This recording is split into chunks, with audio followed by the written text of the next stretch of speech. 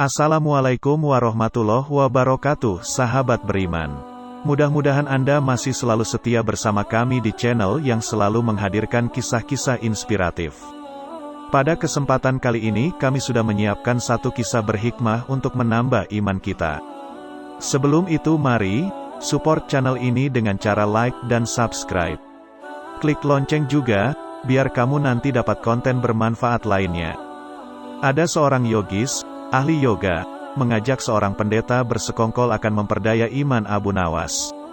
Setelah mereka mencapai kata sepakat, mereka berangkat menemui Abu Nawas di kediamannya. Ketika mereka datang, Abu Nawas sedang melakukan salat duha.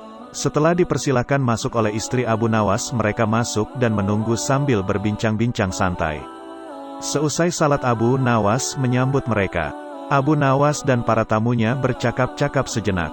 Kami sebenarnya ingin mengajak engkau melakukan pengembaraan suci. Kalau engkau tidak keberatan, bergabunglah bersama kami, kata ahli yoga. Dengan senang hati. Lalu kapan rencananya? Tanya Abu Nawas polos. Besok pagi, kata pendeta. Baiklah, kalau begitu kita bertemu di warung teh besok, kata Abu Nawas menyanggupi. Hari berikutnya mereka berangkat bersama. Abu Nawas mengenakan jubah seorang sufi. Ahli yoga dan pendeta memakai seragam keagamaan mereka masing-masing. Di tengah jalan mereka mulai diserang rasa lapar karena mereka memang sengaja tidak membawa bekal.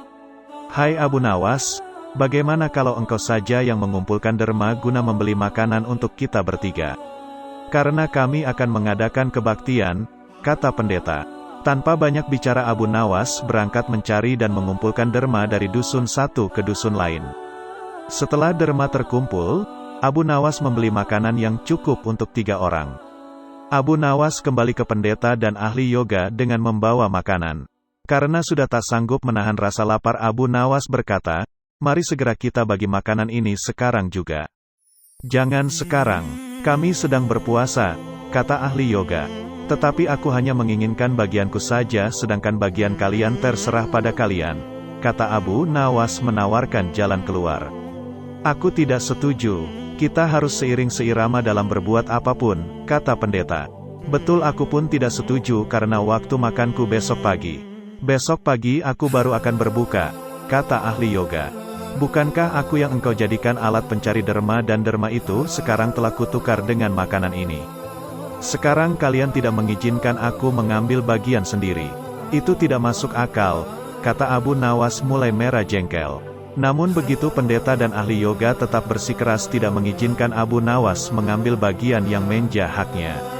Abu Nawas penasaran, ia mencoba sekali lagi meyakinkan kawan-kawan agar mengizinkan ia memakan bagiannya. Tetapi mereka tetap saja menolak. Abu Nawas benar-benar merasa jengkel dan marah. Namun Abu Nawas tidak memperlihatkan sedikit pun kejengkelan dan kemarahannya. Bagaimana kalau kita mengadakan perjanjian? Kata pendeta kepada Abu Nawas. Perjanjian apa? Tanya Abu Nawas. Kita adakan lomba.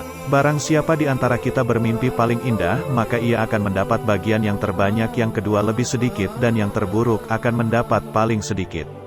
Pendeta itu menjelaskan. Abu Nawas setuju. Ia tidak memberi komentar apa-apa. Malam semakin larut. Embun mulai turun ke bumi. Pendeta dan ahli yoga mengantuk dan tidur. Abu Nawas tidak bisa tidur. Ia hanya berpura-pura tidur.